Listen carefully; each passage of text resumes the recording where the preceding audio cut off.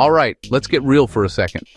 If you're even thinking about buying a house, maybe you're scrolling through listings late at night, or you and your partner are talking about taking the next step, you need to hear this before you sign anything. Because honestly, there's a lot more to this decision than just picking out paint colors or imagining backyard barbecues.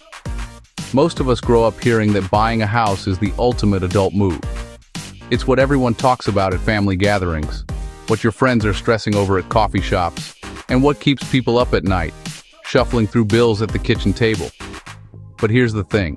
Just because everyone's doing it doesn't mean it's the right move for you. So many people get caught up in the hype and end up making the same mistakes over and over. They stretch their budgets, take on massive debt, and hope that owning a home will magically make them wealthy. But that's not how it works.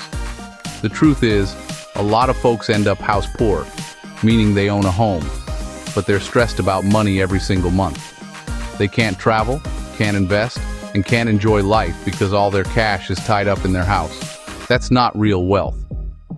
Let's break down how real wealth actually works.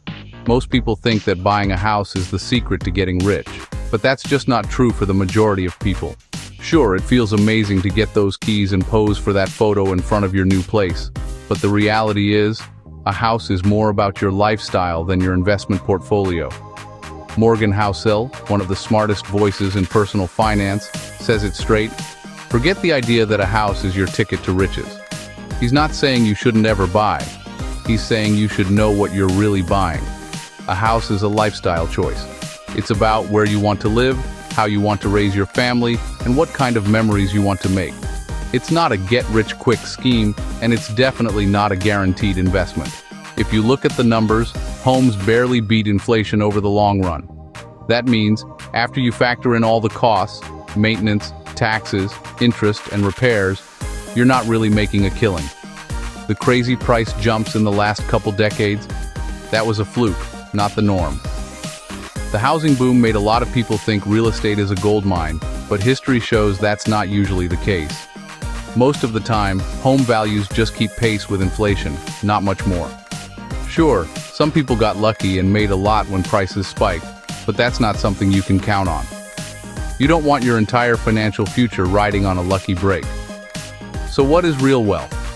It's not about owning the biggest house on the block or having a fancy address. Real wealth is money you don't spend. It's the freedom to make choices, to walk away from a job you hate, or to take a year off and travel if you want. Financial freedom means you control your time, not just your stuff. It's about having enough saved and invested that you can relax, breathe, and actually enjoy your life. That's what you should be aiming for. When you buy your time back, you get to do what matters to you. Work remotely, travel, spend time with friends, or just take a random Wednesday off to go hiking. That's real wealth, not just a mortgage and a white picket fence. Renting isn't throwing money away, it's buying flexibility. Especially if you're young or your life is changing fast. Renting lets you move for a new job, travel, or just try out different neighborhoods without being locked in. Owning a home can be great if you want stability for your family, a place to put down roots, or a home base for your kids. But do it for the right reasons, not because you think it's a shortcut to wealth. If you want a stable place for your family, that's awesome. Just don't convince yourself it's the only way to build wealth. Take a step back and really think about what you want.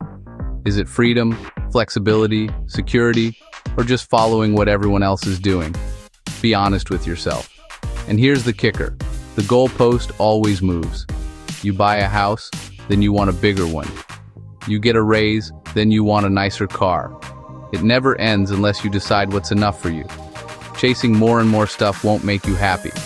You'll always see someone with a bigger house, a fancier kitchen, or a better view. But that's not what brings real satisfaction. True happiness comes from keeping your expectations in check, appreciating what you have, and focusing on what really matters. Like time with people you love, and the freedom to live life on your terms.